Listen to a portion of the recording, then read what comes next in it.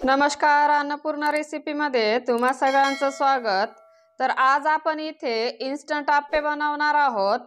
तर त्यासाठी इथे मी 1 वाटी बारीक रवा घेतलेला आहे, अर्धी वाटी बेसन घेतलेला आहे। तर बेसन आणि रवा चाळून घेतलेला आहे। एक मध्यम आकाराचा कांदा बारीक असा कट करून घेतलेला आहे, एक मध्यम आकाराचा टोमॅटो, 1 वाटी गोडसर अशी दही घेतलेली आहे। तर ज्या वाटीने दही घेतलेली आहे त्याच वाटीने सगळी मेजरिंग घेतलेली आहे। 2 हिरव्या मिरच्या बारीक असे कट करून घेतले, 1/4 टीस्पून ओवा घेतलेला आहे। तर ओवा थोडंसं क्रश करून घेतलेला आहे। अर्धा टीस्पून बेकिंग सोडा घेतलेला आहे आणि बारीक चिरलेली कोथिंबीर घेतलेली आहे। एका बाउलमध्ये 1 वाटी बारीक रवा टाकायचा आहे, अर्धी वाटी बेसन टाकायचं आहे, 1 वाटी दही टाकायची आहे, चवीनुसार मीठ टाकून हे मिक्स करून घ्यायचं आहे। मिक्स झाल्यानंतर आता यामध्ये लागेल तसं पाणी टाकून याचं मध्यम सर असं बॅटर बनवून घ्यायचं आहे।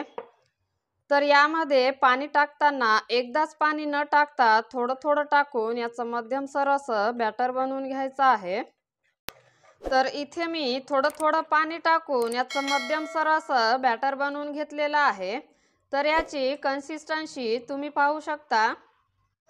आता यामध्ये बारीक चिरलेला कांदा टाकायचा आहे, बारीक चिरलेला टोमॅटो टाकायचा आहे, बारीक चिरलेल्या हिरव्या मिरच्या टाकायच्या आहेत, बारीक चिरलेली कोथिंबीर टाकायची आहे, 1/4 टीस्पून ओवा टाकायचा आहे, 1 टेबलस्पून तेल टाकायचं आहे आणि हे मिक्स करून घ्यायचं आहे।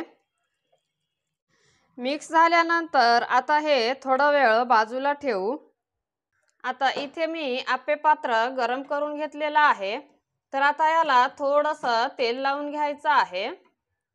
तेल लावून झाल्यानंतर आता आपण आप्पे बनवून घेणार आहोत। तर आप्पे बनवण्याआधी आता यामध्ये अर्धा टीस्पून बेकिंग सोडा टाकायचा आहे। आता यावर थोडंसं तेल टाकून हे मिक्स करून घ्यायचं आहे। मिक्स झाल्यानंतर आता आपण लगेच आप्पे बनवून घेणार आहोत। तर आता आपण आप्पे पात्र भरून घेणार आहोत। तर यामध्ये 1 ते 1.5 पळी मिश्रण टाकायचं आहे आणि थोडंसं पसरून घ्यायचं आहे। तर सुरुवातीला हे मिश्रण कडेने टाकायचं आहे। मिश्रण टाकून झाल्यानंतर कडेने थोडंसं तेल टाकायचं आहे। तेल टाकून झाल्यानंतर आता हे आपल्याला 3 ते 4 मिनिटे वाफवून घ्यायचं आहे।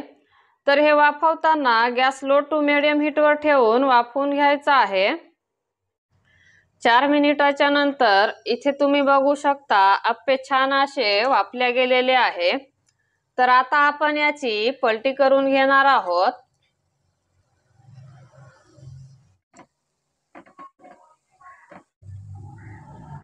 आप्पे पलटून झाल्यानंतर परत यावर थोडंसं तेल टाकायचं आहे। तेल टाकून झाल्यानंतर परत हे आपल्याला 3 मिनिटासाठी वाफवून घ्यायचं आहे। तर इथे आप्पे दुसऱ्या बाजूने पण छान असे वाफले गेलेले आहे। आता हे आपल्याला एका डिश मध्ये काढून घ्यायचं आहे। तर आप्पे तुम्ही बघू शकता खूप छान झालेले आहे। याला तुम्ही सॉस, पुदिन्याची चटणी किंवा शेजवान चटणी सोबत खाऊ शकता। व्हिडिओ आवडला असेल तर व्हिडिओला लाईक करा। अशाच अजून नवनवीन रेसिपी बघण्यासाठी आपल्या चॅनलला सबस्क्राइब करा। धन्यवाद।